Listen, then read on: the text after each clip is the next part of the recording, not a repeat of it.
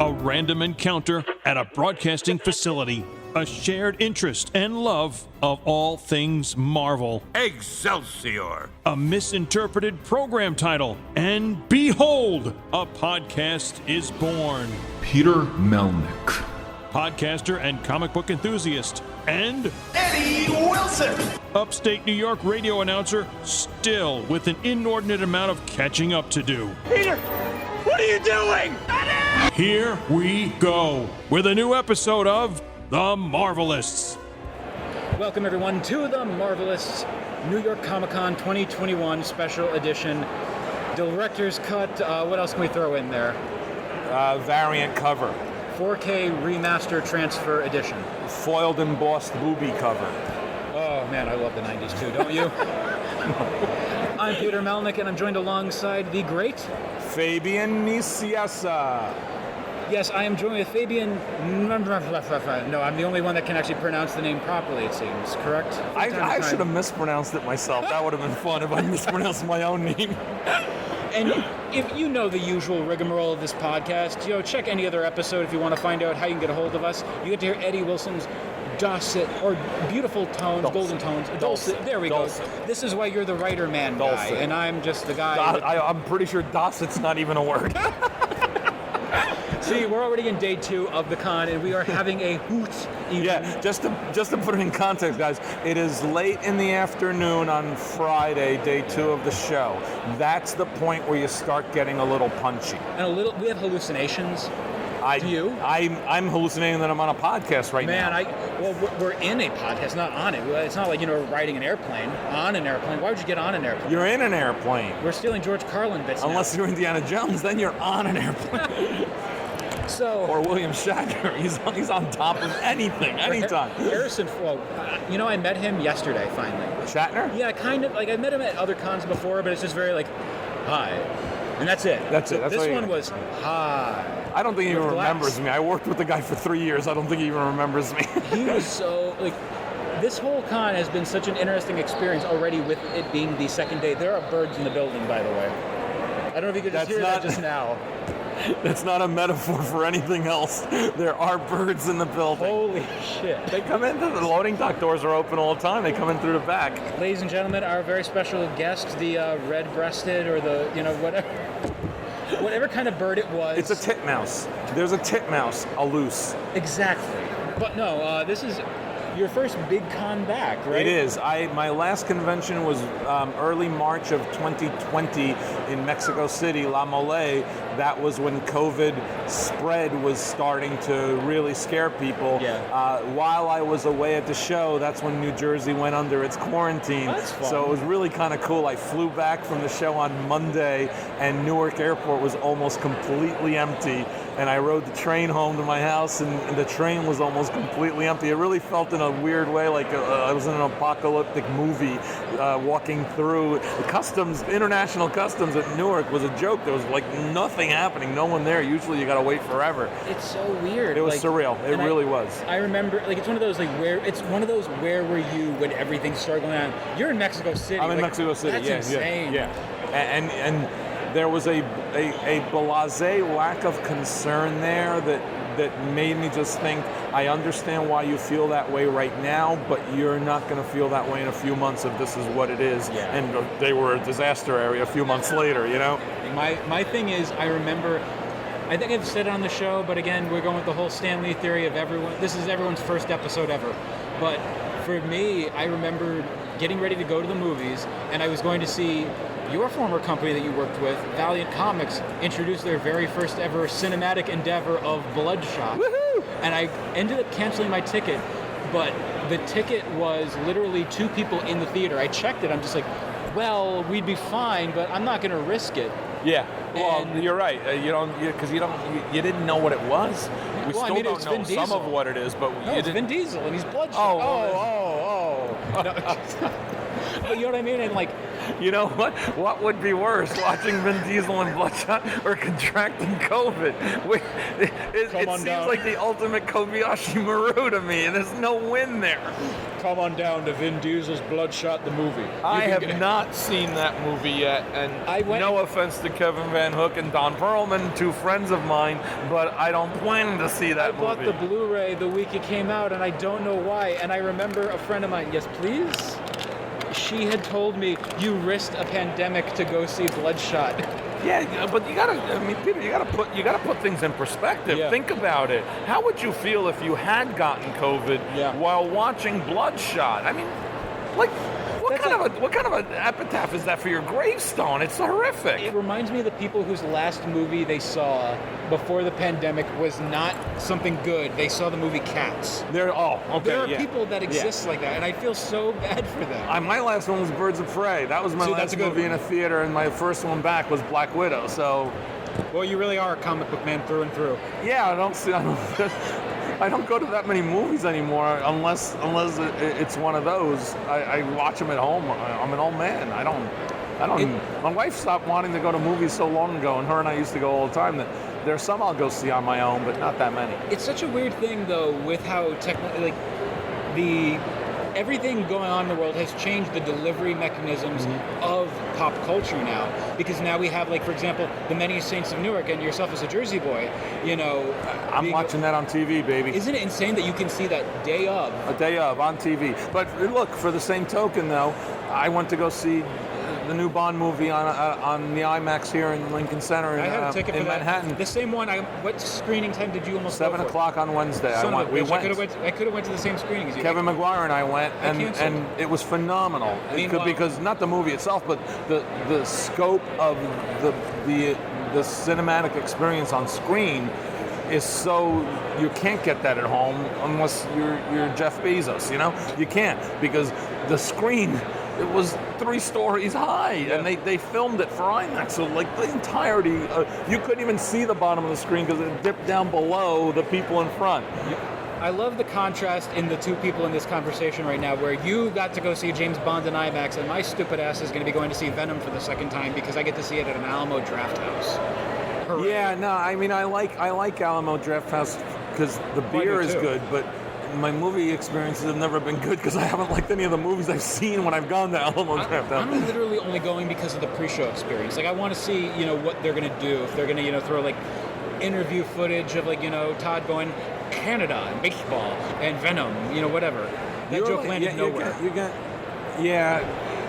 No, because Todd's so far removed from Venom right now. I don't, you know, although a Spawn Venom movie maybe might help both of them. I am not going to see Venom in the theater because if you want to see a movie, that's certainly an option. That's Peter. Peter just gave the movie a rave review. Let me tell you, I was pleasantly surprised by how innocuously agreeable the first one was. I thought I was going to hate it, and I didn't hate it. I just thought it was but this one I have a gut feeling I would actively dislike, so I don't think I want to go see it. I'm literally, like I said, only going for a pre-show and a delightful dinner. That's about it. I don't like humorous comic book characters. I want them to all be serious. Ladies and gentlemen, the creator of NFL Super Pro. There you go.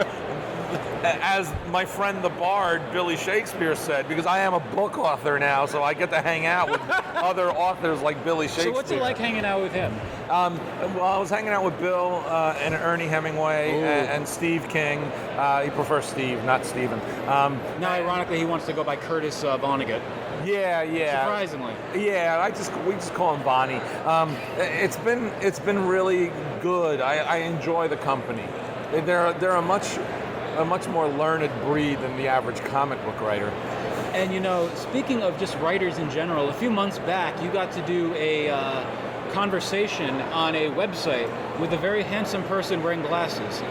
His name was Peter, and I don't know where I'm going with this, you know, a self-fulfilling introduction of myself for this, but I swing and a miss again.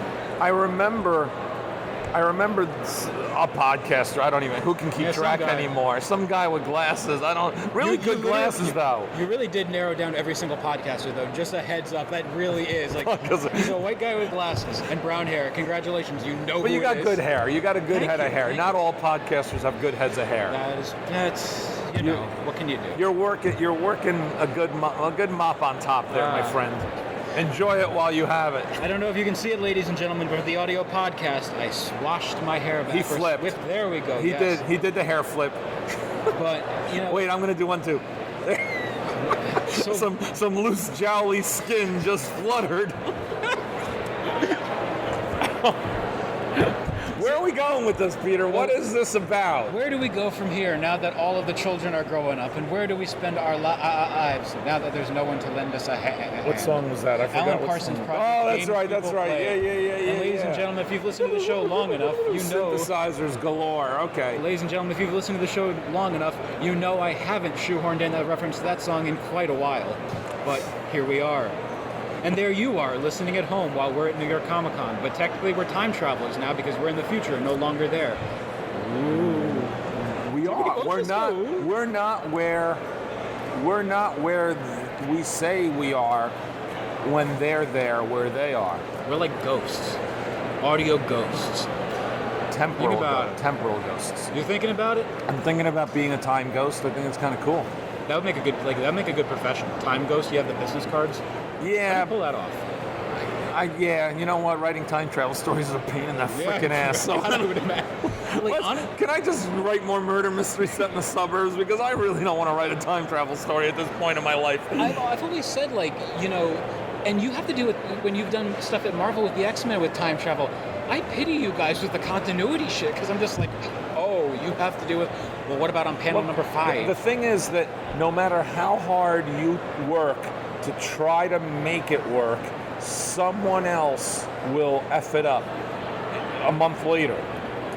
Conversely, no matter how hard you try to make it work, doesn't mean that you missed one thing that you yourself F up what you just did, making someone else's life harder a month later. So it's such a no-win scenario, time travel stories, that I really the last one I did was a cable Deadpool split second, which was a digital miniseries with Riley, and Riley wanted to really do that time travel stuff because he wanted to take advantage of the scrolling format, and it was a real pain in the butt. It really was. So I think I've asked you in the past about that issue too, but or the future. Because when they hear this, it'll be the future. I mean, technically, the audience can choose their own direction with listening more. They could listen to this, then they could listen to a random episode where we talk Iron Man 2, and they're just like, hey, let's listen to them talk to a guy who dressed up in a costume. Look at him go. But actually, there's been a lot less cosplayers. I've noticed. My thing, though, is with the trends, though, at the show this year, the WandaVision stuff is the most prevalent. Oh, I've seen a few. And, I had a conversation. I'm just like, this is going to be the thing. How many, Loki's, too, and the variants, which I think is a neat concept, Yeah, and it makes for some easy cosplay stuff. I got to talk to a guy dressed up as Daredevil the other day, and, he's like, he was being so hard on himself, and I'm just listening to him, he's like, my stomach's sticking out a little. Is it that noticeable? I'm like, dude, you're a variant. Just shut up. Hey, a lot of our stomachs are sticking out a little bit because of COVID, damn it. Exactly. So, I'm in the same boat, and it's just like, and, the boat sunk a little, but it's like, it's still... the boat's listing if we all go to one side. But it's like, hey, whatever. Yeah, whatever. Just, But it's just funny. I swear I'll try to lose some weight. I promise I will. It's just so funny with, the reliance on the cosplay for those, like the WandaVision. There's a little bit of Loki, a lot of Loki, in my opinion, too, but not so much Falcon and Winter Soldier. No. I've seen a couple what-ifs. Oh, really? Already? I saw a Watcher. It was Watcher, Agent Carter, T'Char-Lord, as I lovingly call him, with a hyphen in there. Oh, is that what they're doing? I'm calling him that. Oh, okay. And so it's not they that are doing it. Well, it's just me. I'm the royal they. So so when you're basically attributing something to the general masses that you yourself coined, but it's just self-validation for you. That's all it is. Well, everyone calls him Bro-Thor. I call him Dad Bod Thor because he has Dad Bod, and it's... Wait, no, Bro-Thor doesn't have Dad Bod from What If, because Bro-Thor's a young No, not that book. Oh, The one you're from talking about- with oh, the okay. beard, and he's like, "Hello, I'm gonna play video games." Okay. Forsooth. But I don't know. It's very cool to see that, but there's such a disparity in between it, or is that the word to use? Like a difference? Like not many people are doing anything else other than WandaVision and Yeah. What If. It's like, And I haven't had a chance to walk around enough to see the variety, but from my stationary vantage point in the back left corner of Artist Alley, where I always am. you really are. My friend Matt and I had a conversation about it. He's like, he's always in the same spot. He lucked out. No, that's where It's smart. You know why? Because I've had usually, not this show because the attendance is lower, thankfully. I've usually had a line of like 20 people, and you don't want to block the aisles or clog up the aisles. What happened is about 5 years ago, they put me in the middle of an aisle in a cross section, and the line got so long that they needed 8 volunteers to make sure that the line wasn't blocking subsequent aisles. Well, did you because see- it was like 20 people on line, but you can only fit 5 people per width of a table, Did you see James Tinian's line? Yes, it was right in front of my face. It was of Nicieza proportions. Do you know it stretched all the way down to here? It was of Nicieza proportions. It was a little, even, look, I'll give James all the credit in the world. It was a little more than Nicieza proportions. Well, I got to, I borderline cut the line just to ask him a question because I wanted to know. And I asked, what is killing the children? And what did he say? He thinks it's monsters.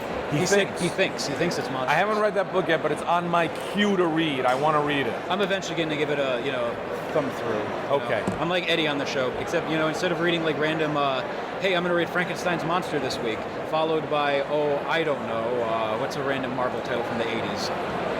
Oh, he read Power Pack. He read U.S. Trucker. The USA. No, wait. What was it called? US One. Yeah, he was reading that US randomly One. one day. I'm like, Eddie, why are you reading that? You haven't read, Watchmen or The Dark Knight Returns, but you're reading US One. It's just cool because, like, on our show as well, and I'd like to get a recommendation from you for him for a future month. We're doing our side podcast called You Haven't Read That, and there's a lot of books Eddie Wilson has never read. For example, he's never read Watchmen. He's never read Dark Knight. He's read them now. He's going to be reading Walking Dead and Marvel Zombies because it's spooky season. All right, based on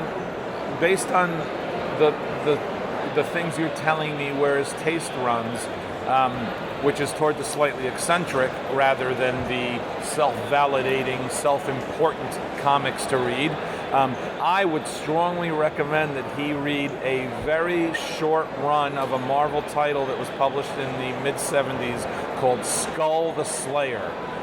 You will watch a book that probably had an idea of what it wanted to be, derail so quickly, and have multiple writers and multiple artists on a 7 or 8 issue run of a book, that it is worth reading just to watch it kind of train wreck itself.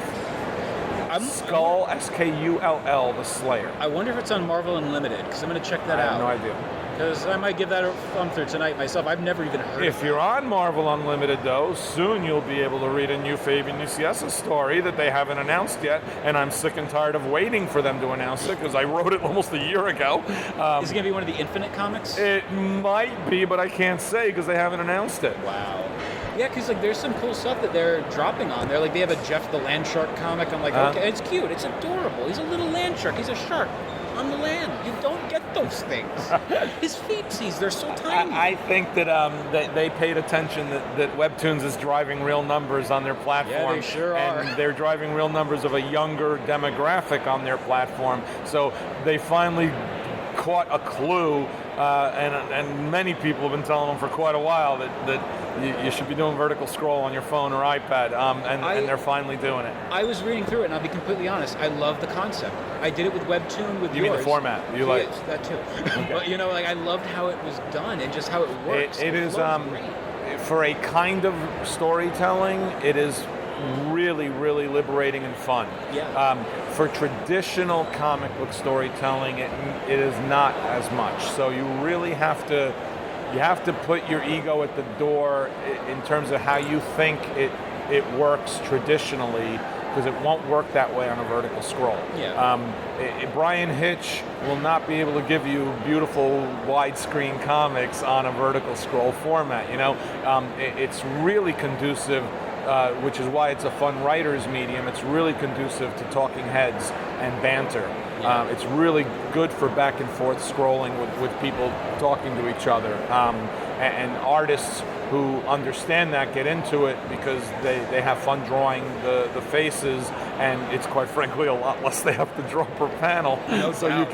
you can knock out 30 panels a lot more quickly if 12 of them are talking heads. See, now all I'm imagining with that format, like he wasn't around now to see this stuff, but could you imagine like a Jack Kirby thing of him doing those kind of comics? I think Jack would struggle tremendously with that, because Jack was landscape, not portrait for the most part. Yeah, but and you can't do a successful landscape on a vertical scroll. But I think his like output would have been insanely, like he would have gotten out even more. He would have had like 10 years worth of content and after. Well, there's that. Yeah, you're right. That's what I'm getting. Yeah, but I mean, I'm reading his original Eternals run right now on my iPad, and it's a small iPad screen. And I remember reading the original comics. This is the first time I've looked at it in a long time, and I'm going, wow, boy, this small iPad screen is not doing Jack any favors, because Jack has to be giant. Yeah, I agree. Jack has to be giant. Jack was giant, so his imagination was giant, and his imagery was giant. So that's the kind of thing.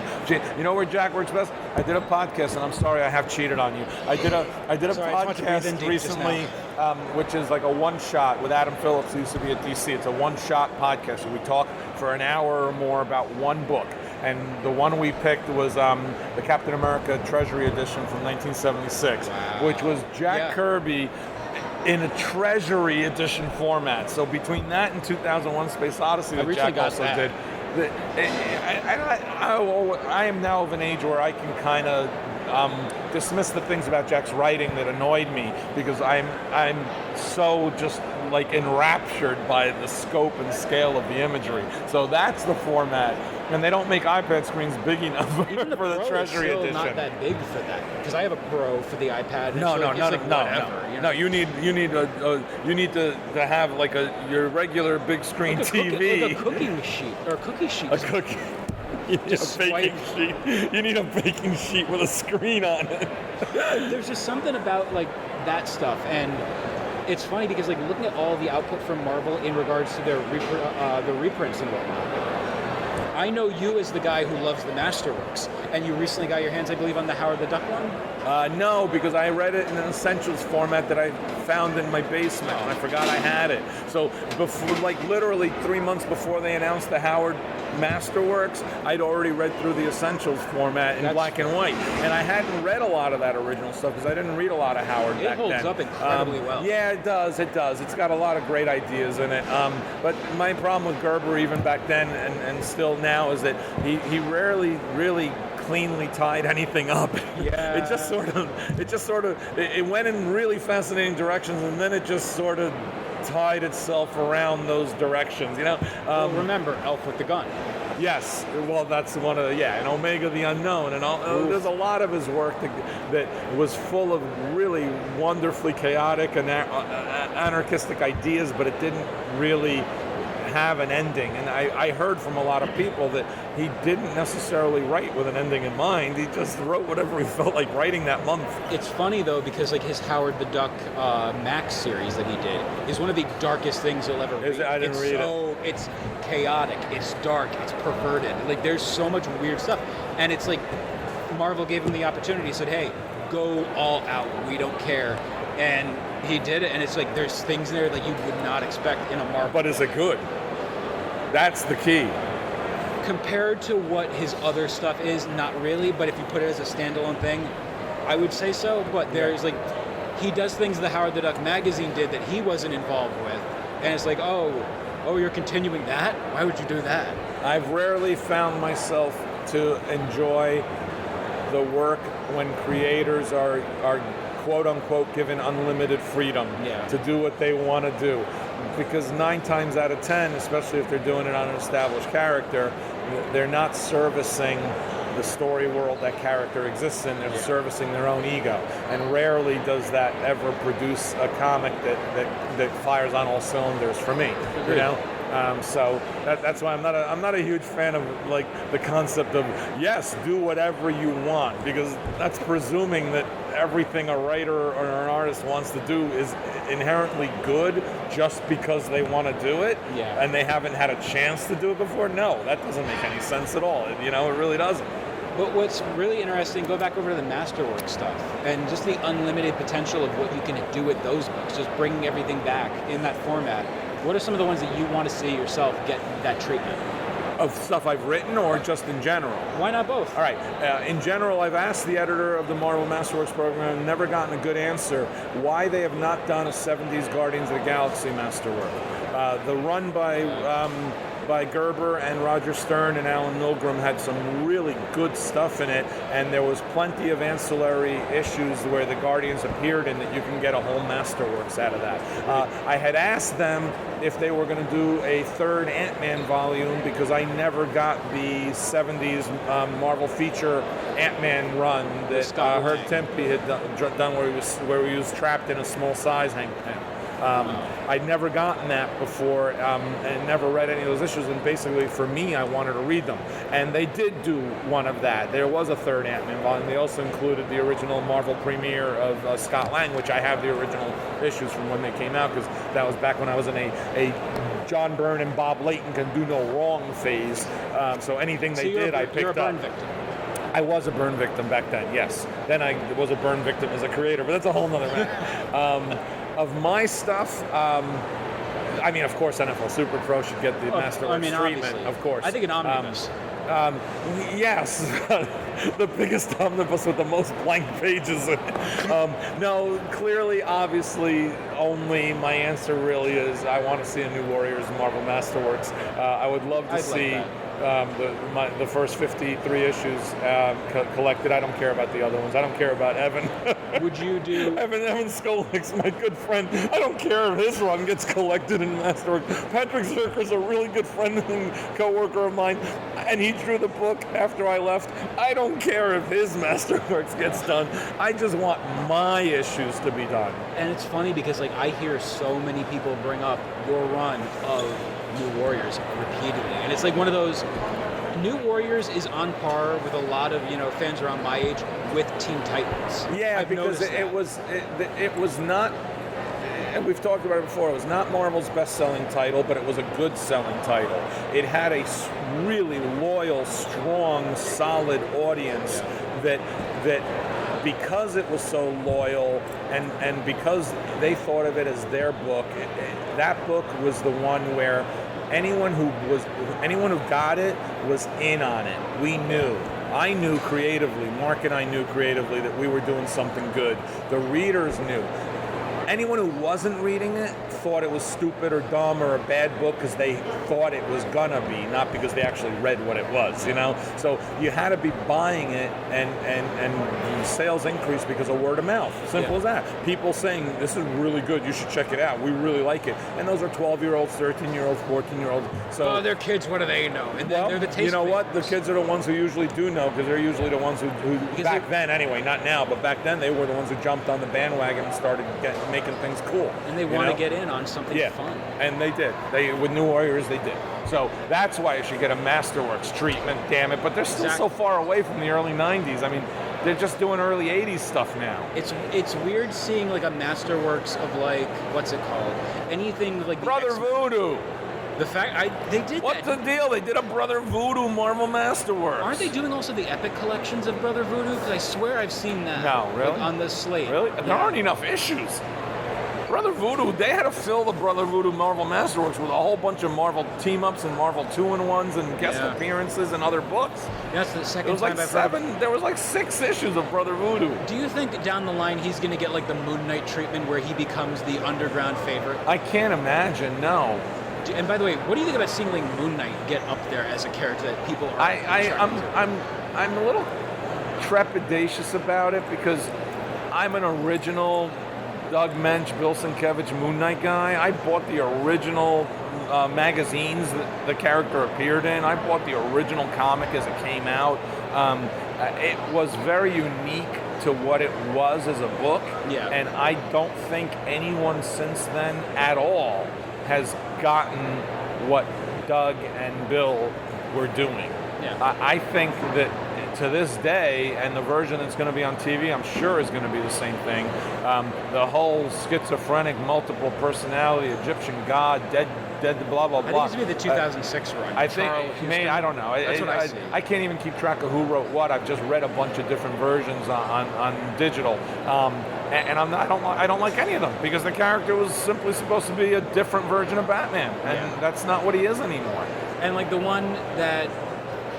Like, it's funny because the character has also gotten popular because of memes. The fact a meme helped escalate a character. Have you seen the Dracula thing? No, but have you heard of a character called Deadpool? No. That's how that happened. Wait, Deadpool. Isn't that by R. Crumb? Yes, yeah. Okay. And then he kept on trucking. Yeah, and he appears on the Titans show on HBO Max, so yeah. But it's just so odd, seeing these characters and they get that reaction from an audience. Like I said, friends of the show, Moon Knight Corps, they made this version. They took him and they go, "I know you're here, Dracula, you big effing nerd. Where's my goddamn money?" And it's like that became a thing. Really? And well, like it's good. Look, Jim McKay knows about it. If a younger or a newer audience appropriates a character based on what they find interesting, whether it's made up or whether it's really in the books itself, to me that's fine. I'm always pretty comfortable with that because it doesn't mitigate or violate what I read that I liked, and I'm not one of those man-boy nerds that thinks that what you read has to be what I read, and what you like has to be what I liked, even if it's the same character, you know? My go-to one that I've always gone with is I went to a comic shop one day, and this proto-nerd walks up, all 17 feet of this guy. He was really tall, but he walks up, he sees me buying a Gwenpool book, and it's, I think, issue number 2, and he goes, "Ugh, Gwenpool? I didn't even know they're still making that." I'm like, "Dude, it's on issue 2." And I go, "Well, I enjoy what I like." And it's like, don't dismiss someone for what they like. It's so silly. That tall person wasn't Jim Shooter, was it? I saw him this weekend. All 85 feet of him. So I do, yeah, and I'm kind of well past it now. I was angry about Angry Man Boys a couple of years ago, but now I just find them kind of sweet and entertaining in a condescending way. Yeah. And I treat them that way. So if I deal with any at my booth, I'm incredibly dismissive of them and belittling of them.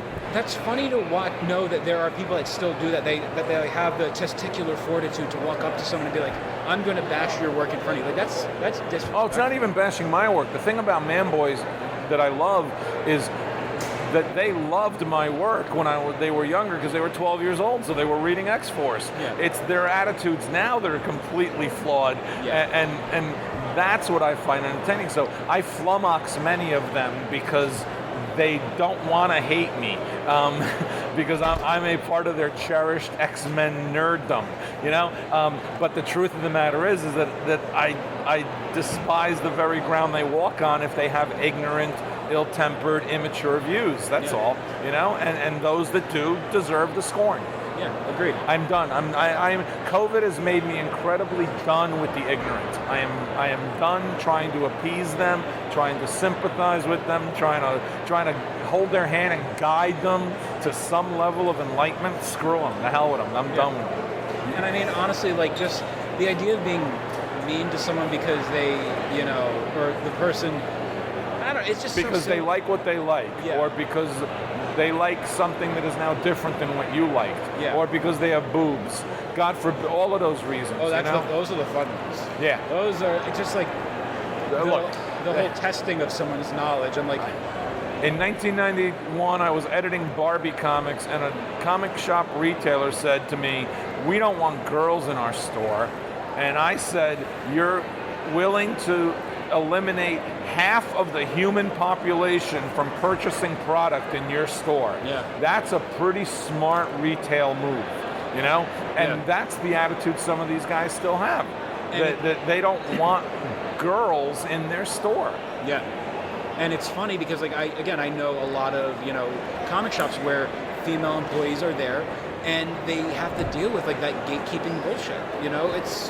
It's annoying. And constant mansplaining about the characters. There's so many stories. Only writers should be allowed to mansplain. I mean, what? Because that's called a panel description. Because that's what, yes, that's our job, is to mansplain to you what we're writing. But it's just so funny when it comes to just the comic industry in general with that whole element. And Yeah, it is. I don't know. That's what makes this fun. So I think that's going to wrap this episode up. But let's end it on a fluffy duck kind of note. Okay.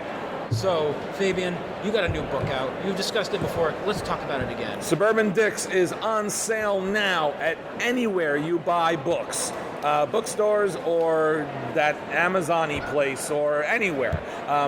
And it is selling pretty darn good. Not bestseller levels, but everyone says they're incredibly happy with how it's selling. The reviews have been excellent. The ratings on Goodreads and Amazon have been excellent. Very few one-star reviews, and I don't take what they say, to have any real value whatsoever, because they gave it a one-star review. But Suburban Dicks is a 33-year-old should-have-been FBI profiler who is pregnant with her 5th child, teaming up with the brother of an old boyfriend who is a fallen journalist who won a Pulitzer Prize in college and now works for a weekly suburban newspaper, and they try to solve the murder of a gas station attendant in West Windsor, New Jersey. It is a suburban comedy tragedy murder mystery.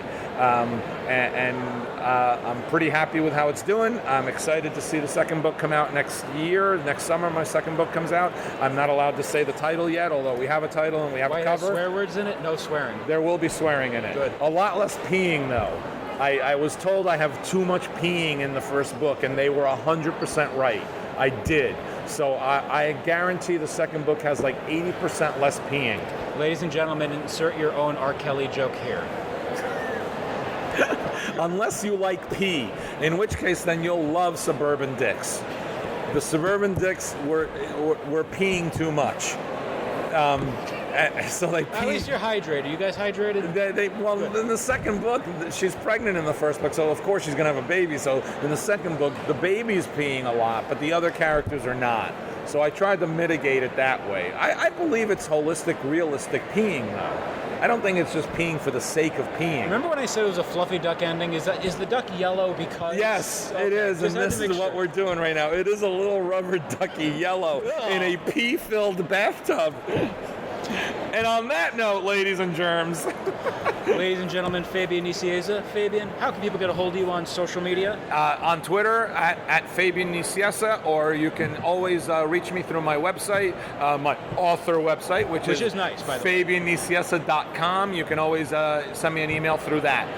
And those are usually the two quickest, best ways to get me. For the Marvelists, I'm Peter Melnick.